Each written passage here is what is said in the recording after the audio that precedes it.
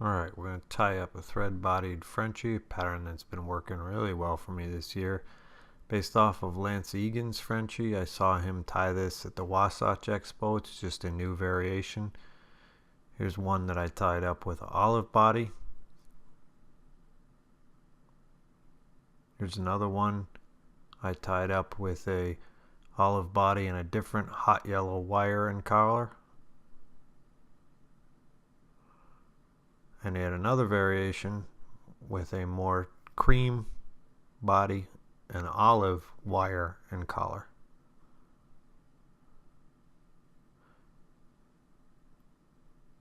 So start off, get a jig hook size 10, 12, 14, 16, 18, whatever you'd like, and the appropriate bead. In this particular instance, I'm going with a 12 and a 3.8 millimeter slotted tungsten bead. Get that secured in your vise. Then to get a little more weight, I'm going to add some .015 lead-free round wire.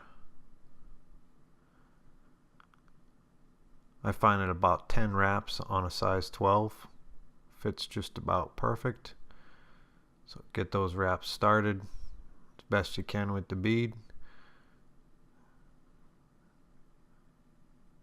And pull off your tag end and then slide that wire forwards and try to jam it as best you can up right behind the bead. For some extra security, what I like to do is add a little bit of Zap-A-Gap on top of the lead wire and right behind the bead, and that'll fix it in place while we're tying in the tail. So just a little bit, and be careful not to get any thread or anything near it before it dries.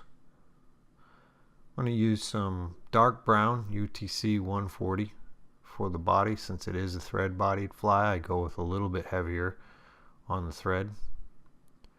Let's get your thread started, about 5 or 6 wraps, and then go right back up to behind the lead. I don't like to use feathers because I suck at it, so what I'm going to use is some Veevus iris thread in tan. Cut off about a 1-inch strip. Put that around the thread, catch it in your left hand, and then bring it to the top and secure it down, and take wraps backwards to about the bend of the hook, and then advance it forwards again.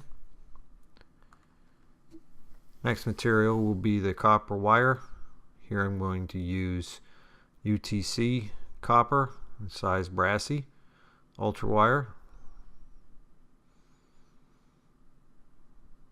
Pull off about a 5 or 6 inch piece of this.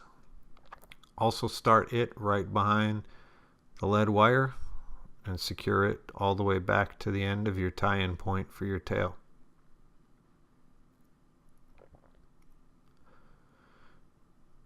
Now we're going to go all the way back up to our lead tag. By now the super glue should be dry, so you can advance your thread all the way to the front and pull off that little tag of lead wire that's sticking there.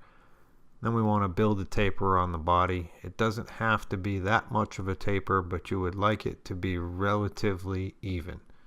You can see some of the super glue seeping through. That's just going to help us with making sure that the body does not come apart. So take your time and wrap back and forth until you have the taper that you'd like that matches naturals in your area. I like to counter wrap the copper wire here. I don't think it's necessary. It's just the way that I like to tie it. I do 4 open spiral wraps, then catch it twice, then maneuver the copper wire back and catch it 3 more times. Then by doing that counter wrap, I can hold against the body of the fly and helicopter off the wire, and it'll break up top. Put 2 whip finishes in, 2 turns, and you can go ahead and cut that thread. Now grab your favorite UV resin. I'm still using my bottle of Tactical Fly Fisher thin UV fly resin, and give a light coating to that body, and make sure you're covering the entire thread body you just built. Just a little bit on all 3 sides there, some on the top, some on the bottom, some on the sides. Grab your UV torch.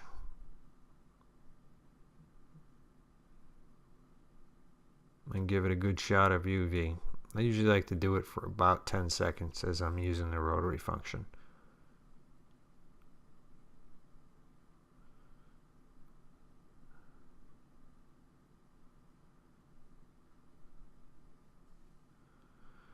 Next up, I'm going to grab a spool of red 8/0 Veevus, and that's what we're going to make our collar out of. So just a few wraps to get that thread started so it's secure. Cut off your tag end.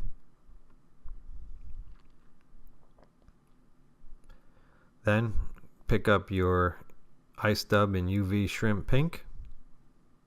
Grab a little pinch. You don't need much. And dub on a nice tight noodle, about an inch, maybe an inch and a half, depending on how you like your collar to look.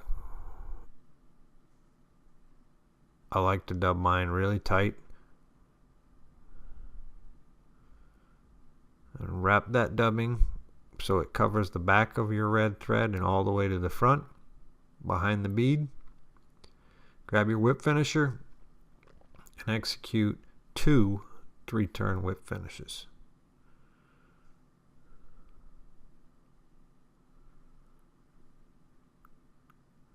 Go ahead and cut that thread and then trim your tails to length. I like to do about the same size as the thread body is how I like to cut my tails.